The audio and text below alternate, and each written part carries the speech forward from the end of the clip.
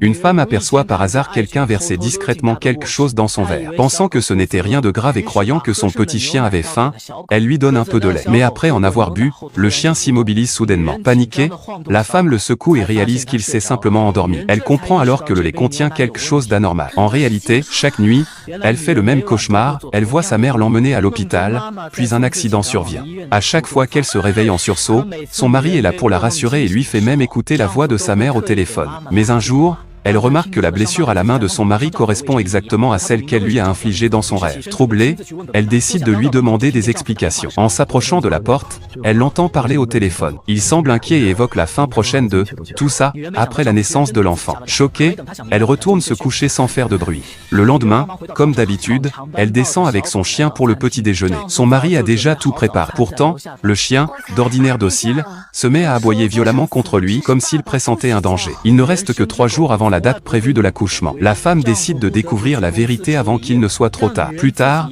le mari est appelé au travail et la laisse aller seule à l'hôpital pour son contrôle. Après son départ, le chien s'agite à nouveau et découvre une cravate qui ne lui appartient pas. Peu après, la secrétaire de son mari arrive en disant qu'elle vient récupérer l'ordinateur. En voyant la cravate, elle avoue l'avoir achetée pour lui après avoir accidentellement taché la précédente avec du vin. La femme commence à soupçonner une liaison. À l'hôpital, tout semble normal jusqu'à ce qu'elle sente sur sa meilleure amie le même parfum que celui imprégné sur la cravate. Son cœur se brise, la personne qui l'a trahi serait son amie d'enfance. Cachée dans les toilettes, elle entend une conversation terrifiante. Son mari et son ami complotent pour la faire mourir sur la table d'opération lors de son accouchement. Ils parlent même de réunir toute la famille, laissant entendre que sa mère pourrait aussi être en danger. La femme comprend alors que son mari n'a jamais eu l'intention de la laisser sortir vivante de l'hôpital. Rentrée chez elle, elle repense à tout et commence à douter. Sa mère est-elle déjà en danger? Pour en avoir le cœur net, elle prépare un somnifère qu'elle verse dans la soupe de son mari. Une fois qu'il dort profondément, elle s'échappe